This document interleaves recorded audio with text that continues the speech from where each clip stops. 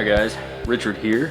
I've always wanted a Fender jazz bass. I've never bought one because to me they always seem kind of overpriced. My buddy Carl has a Fender jazz bass and it's a super fun bass to play. I did some work on it for him and I just kind of got hooked, and from that point on I was like, you know, I'm going to keep my eyes open if one of them comes up on Craigslist or wherever. Well, as with all things, lately, I found this beast of a bass on Goodwill. It's a made in Mexico. It's in the, I can't remember what it's called, Lake Placid blue maybe, something like that. Obviously, sticker bombed, destroyed, got pieces hanging out of it, but nothing we can't fix. And I actually got this bass for right about $200, which for a jazz bass is not bad.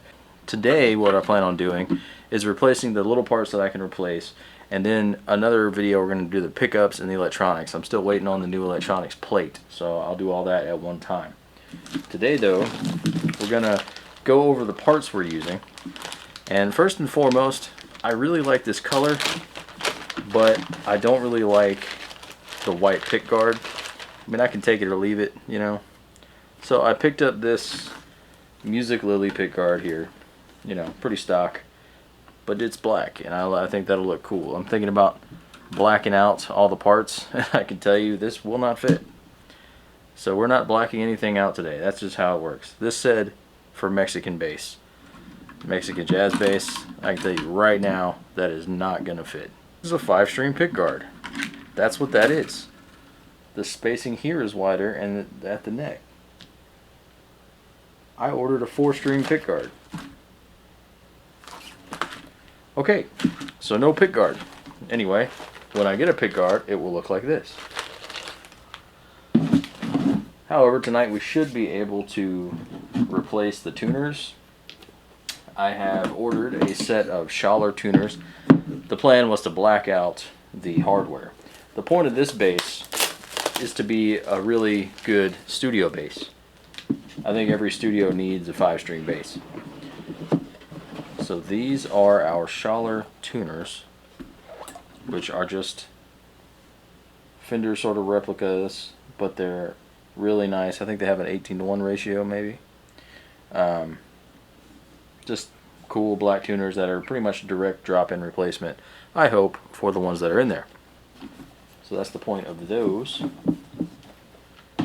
Now the bridge on these made in Mexico Fenders, I'm not really a fan of. They're not anything better than a Squier bridge for the most part.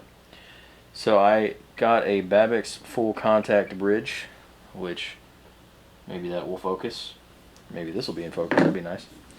Which is black, of course, but it's got the silver rotors inside that allow the strings, in theory, to make a better contact with the bridge and provide a little more sustain, because the more contact you can get to the body, the more you can increase your sustain. So that's going on there along with the tuners. And I did order a set of DiMarzio pickups for this guy. DiMarzio J123 BKs. So they are obviously black.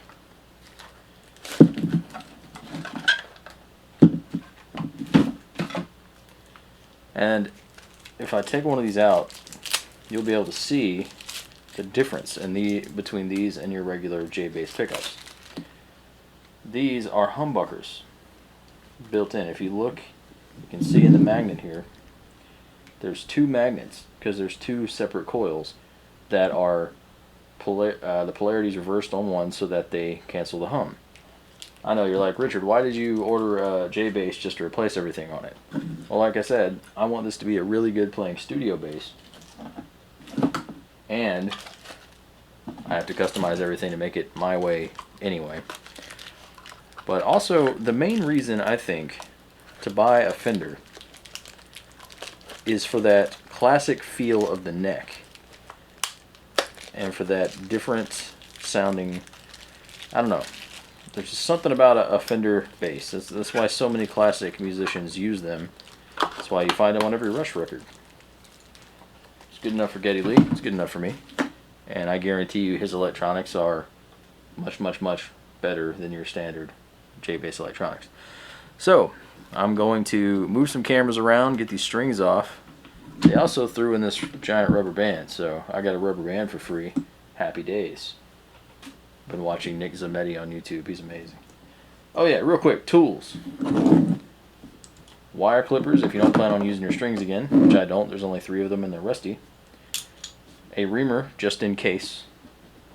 Just in case. I may not need it. Probably won't need it. Water bottle. Acetone to help removing stickers. And a couple of Phillips head screwdrivers. That's really all you need to take a J-Bass apart. Yeah, so I am going to get to work. Okay, so update.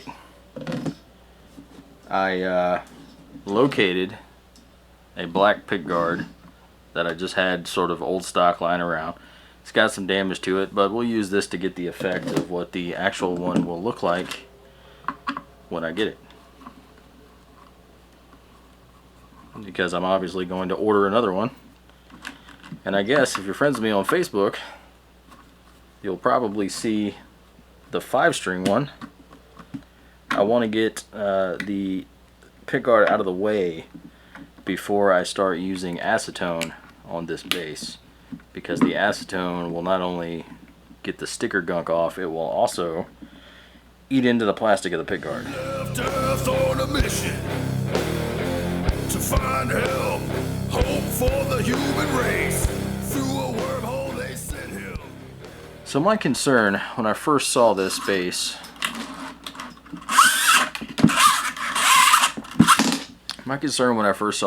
was that these stickers did not look right. What I mean is, they don't look like stickers. They look like things cut out of magazines or pieces of paper that have been glued to the body. And if that's the case, that's gonna suck. When you really get into working on instruments, doing the woodwork and doing major repairs and stuff, like I always say, it's 90% sanding, 10% skill. It's also a 50% cleaning. I know that math doesn't add up, but sometimes it's fun to add improperly. Okay, so the trick with acetone is to make sure that you go over it a few different times with a clean rag with a little bit of acetone on it, and then you keep doing it with different paper towels or rags, whatever you're using, because first it smears, then it clears. So it starts to get stuff off, and then after that, after it starts to sort of spread the gunk around, then you go over it with a clean cloth and it gets the gunk off. So that's sort of the way I do it. And I immediately follow up with Windex to further finish getting the residue. Wouldn't you know it? That looks like a direct drop in. That's what we were hoping for. Awesome. That's going to look killer on this bass. Let me go find an Allen key so I can get it mounted. So, a couple quick tips. This actually has a place for where the wire goes, but since the hole where the wire comes out is in a different spot, I had to scratch out another space so that it's grounded. Also, when I take saddles off, I put them all back together so that I don't lose the springs and the screws. See? That's pretty simple. And I also put them in the way they go back on. So I'm going to set these to the side in the exact way I took them off, just to keep everything nice and lined up. Now I am going to reuse the screws I took out because I like the silver and black together. I don't want to just black out all the screws. I kind of like the silver screws because there's silver screws in the pickguard as well. Kind of tie it in like that. And I did go grab my soldering iron, so I may go ahead and put these pickups in. Good times, y'all. Pretty stoked this is a direct replacement. Currently reattaching the saddles and I'm sort of setting them up about where I think they'll need to be.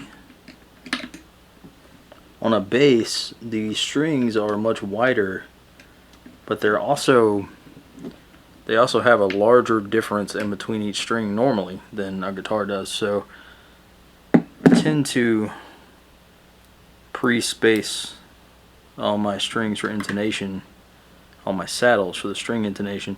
We'll find out for sure once we do the setup, which will be after all this, probably the next video, because we are going to condition the fretboard. The fretboard looks very dry. There's a couple areas I'm worried might be leading to cracks, but not there yet. Clean up the frets, of course. But I think right now, since I can't find an extension cord to run my soldering iron, we're going to go ahead and jump on these tuners. So I got the tuners put in, but as it turns out, they are licensed by Schaller, and like many licensed products, you can't replace them directly. Just like a licensed Floyd Rose, you can't really directly replace it with a regular Floyd Rose. If you've had success with that, cool. They don't line up all the time. But there's a billion different types of licensed Floyd Rose as well. And so that's what I ran into. So I was able to line up one of the screw holes to get the tuners to line up with each other, and that's probably got to be drilled out. But the other ones, I'm going to have to re-drill. So I'm not doing that tonight, being that it's 1 a.m. and neighbors aren't keen on power tools this time of night. Swore the earth, tripped the wormhole. It took 1,000 years. Spaceman comes down. His castle burns hot in the atmosphere. No one's around. Nothing but the birds and the beasts appear. Alright guys, I think you can see where we're going with this. We got our temporary pickguard on. We're still waiting for the new plate to come in. We got our bridge installed, our Babbitt's full contact, which I think's dope. What the kids say, right? We got our new DiMarzios in, which I'm excited about. Those are gonna sound awesome. In the next episode, we're gonna put the final parts on when they come in.